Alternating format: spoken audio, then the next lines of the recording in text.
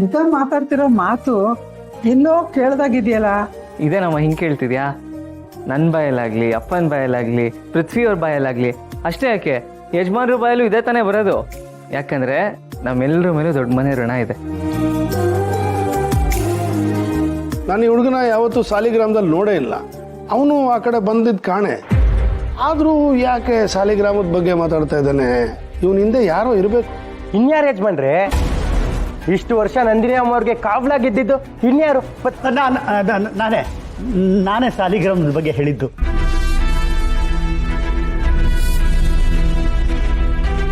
ಅದು ನಂದಿನಿ ಅಮ್ಮವರು ಚೋಟು ಬಗ್ಗೆ ಮಾತಾಡ್ತಾ ಇದ್ರು. ಚೋಟನ್ನ ಕರ್ಕೊಂಬ ಅಂತ ಪೃಥ್ವಿಗೆ ಹೇಳಿದ್ದೆ ಅಲ್ವನು ಪೃಥ್ವಿ?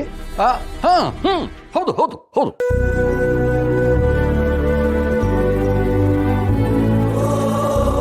ಲೇ, ಅವನು ಹಸ್ಕೊಂಡು ಬಂದಿರ್ತಾನೆ, ಊಟಕ್ಕೆ ರೆಡಿ ಮಾಡು, ಹೋಗು.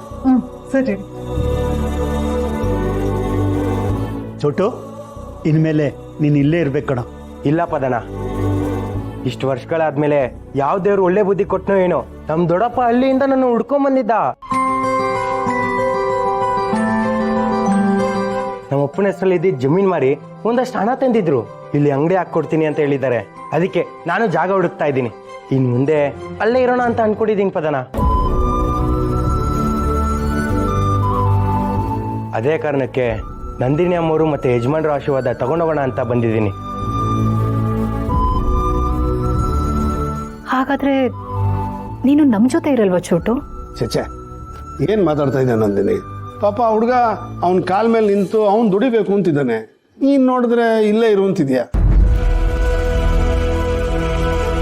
ಹಂಗೇನಿಲ್ಲ ಅಮ್ಮವ್ರೆ, ನಿಮ್ ಸೇವೆ ಮಾಡೋದ್ಕಿಂತ ದೊಡ್ಡ ಕೆಲಸ ನನ್ಗೆ ಇನ್ಯಾವ್ದಿದೆ? ನೀವು ಒಂದ್ ಮಾತು ಹೇಳಿದ್ರೆ ಸಾಕು, ನಿಮ್ ಪಾದದ ಹತ್ರನೇ ಬಂದು ನಿಮ್ ಪಾದದ ಹತ್ರನೇ ನಿಮ್ ಸೇವೆ ಮಾಡ್ಕೊಂಡು ಇದ್ಬಿಡ್ತೀನಿ. ಅದೆಲ್ಲ ಏನು ಬೇಡ ಕಣಪ್ಪ. ಸುಮಾರು ದಿವಸದ ಮೇಲೆ ನಿನ್ನ ಸಂಬಂಧಿಕರು ಬಂದಿದ್ದಾರೆ ಅಂತ ಹೇಳ್ತಾ ಇದೀಯಾ.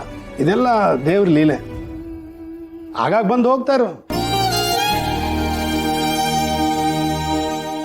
ಆಗ್ಲೇ ಯಜಮಾನ್ರಿ, ನೀವೊಂದು ಕೂಗ್ ಹಾಕಿದ್ರೆ ಸಾಕು, ಎಲ್ಲೇ ಇದ್ರೂ ಓಡ್ ಬಂದ್ಬಿಡ್ತೀನಿ. ದೂರ ಏನಿರಲ್ಲ, ಇಲ್ಲೇ ಇರ್ತೀನಿ. ನಾನು ಬದುಕಿರೋರ್ಗು ನಿಮ್ ವೃಂದಲ್ಲೇ ನಾನು ಇರ್ಬೇಕು. ಆಯ್ತಾಯ್ತು, ಈಗ ಬಂದು ಊಟ ಮಾಡುವ. ಆಹಾ, ಏನಪ್ಪ ಚೋಟು, ನಮ್ಮ ಮನೆಗೆ ಅತಿಥಿ ಆಗ್ಬಿಟ್ಟಿಲ್ಲ ನೀನು. ನಡಿ ಊಟ ಮಾಡಿ ನಡಿ.